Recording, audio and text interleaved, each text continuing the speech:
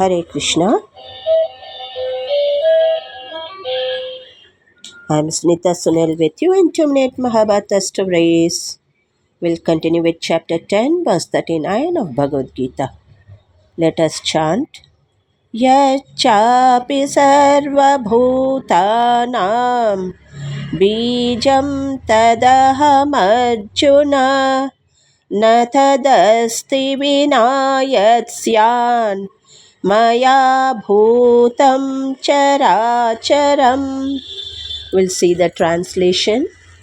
Sri Krishna explains, whatever is the seed of all beings, O Arjuna, that is me.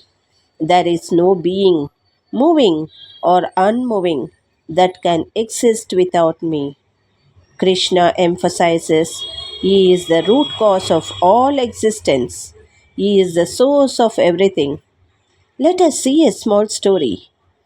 Krishna tells Arjuna, he is the seed of all existence, just like a banyan tree grows from a tiny seed.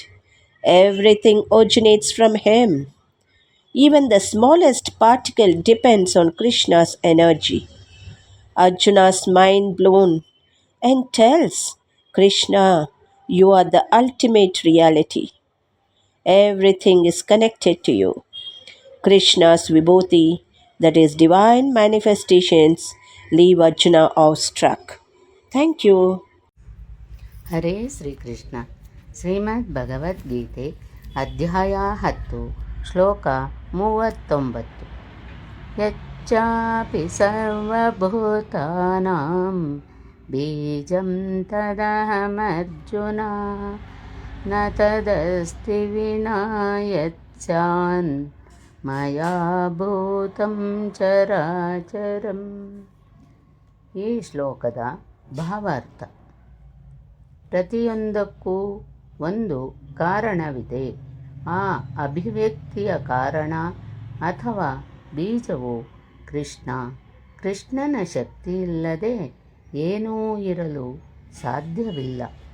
ಆದುದರಿಂದ ಅವನನ್ನು ಸರ್ವಶಕ್ತ ಎಂದು ಕರೆಯುತ್ತಾರೆ. ಅವನ ಶಕ್ತಿಯಿಲ್ಲದೆ ಚಲಿಸುವುದಾಗಲಿ ಚಲಿಸದೇ ಇರುವುದಾಗಲಿ ಇರಲು ಸಾಧ್ಯವಿಲ್ಲ. ಕೃಷ್ಣನ ಶಕ್ತಿಯ ಆಧಾರವಿಲ್ಲದ ಯಾವುದೇ ಅಸ್ತಿತ್ವವನ್ನು ಮಾಯೆ ಎಂದು ಕರೆಯುತ್ತಾರೆ. ಅರ್ಜುನ, ಎಲ್ಲ ಭೂತಗಳ ಉತ್ಪತ್ತಿಗೆ ನಾನೇ ಕಾರಣನು. ನನಗೆ ಹೊರತಾಗಿ ಯಾವ ಚರಾಚರ ವಸ್ತುಗಳೂ ಇಲ್ಲ. ನಾನು ಎಲ್ಲೆಡೆ ವ್ಯಾಪ್ತನಾಗಿರುವೆ. ಎಲ್ಲವೂ ನನ್ನ ಪ್ರಕಾಶದಿಂದಲೇ ಸಕಾಶದಿಂದಲೇ ಇದೆ.